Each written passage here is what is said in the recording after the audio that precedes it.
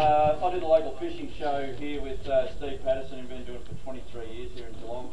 And the amount of impact that we've received over those years, but more so in the last couple of months, I think it shows everything. People out there, they've had enough of commercial netters. There's quite a few emails coming through. This one is from a lady that actually moved over to Geelong from the other side of the bay to enjoy our, well, Geelong's a great place, to enjoy Geelong and enjoy our fisheries. And they spent most of their weekends and sometimes during the week on the water.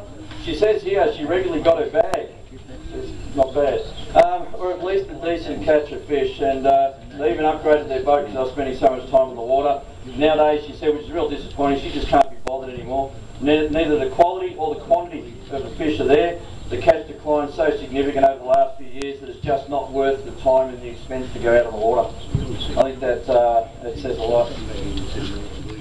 And there's other people talking about the same thing. About we already have regulations, bag limits, size limits on us. You know, as Rex was talking about it, Ivan was talking about it before. We pay licence fees, we pay registration fees. We now got to re-gas our life jackets if you've got the cylinder types. You've got to do that on a regular basis.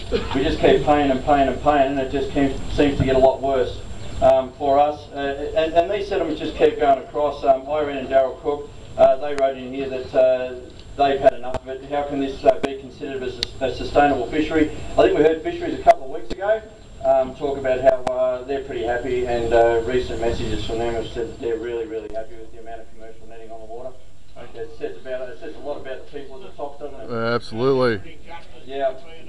Yeah, and I dare say those blokes are probably bobbing around a lake about now or something like that. No concern about the bay whatsoever.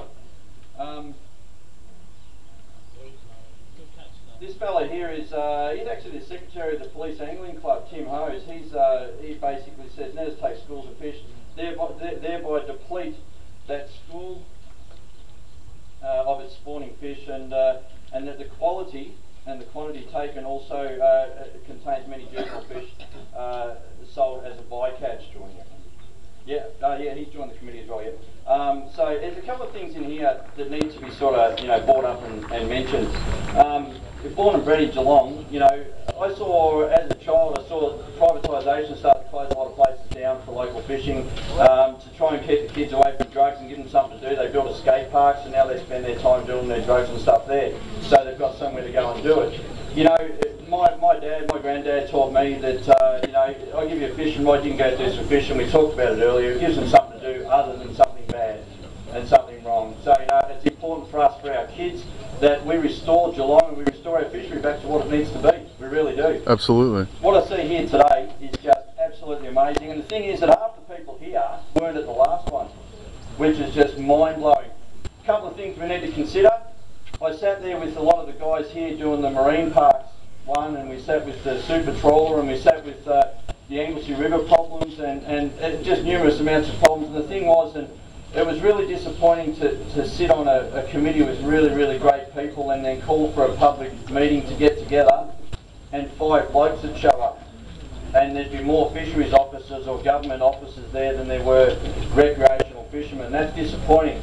Right here, what's been organised here has momentum, and we need to keep that momentum rolling. So it's about telling your friends, it's about signing your petitions, it's about jumping on the Facebook page for the organisation and emailing and getting into your politicians and all that. This is an election year. A couple of months out of an election, we can actually have a man standing up there saying, listen, I'm going to give you what you want. But it's about what everybody here, every single person here, and what they do and how they go about doing it. And many, many years ago, the Greens were just rednecks, and they made themselves look stupid when they were out there. Someone walked in and said, dress yourself up, you're dressed for success. If you get in there and you want to do the job properly, do it properly, make yourself look good and present yourself, and they did, and look where they are. And you can keep going. Recreational fishermen have a chance here, and this is probably one of the only chances we're going to have left, so we need to make it work. So let's make it happen, guys. Good luck with it. Hey, well done.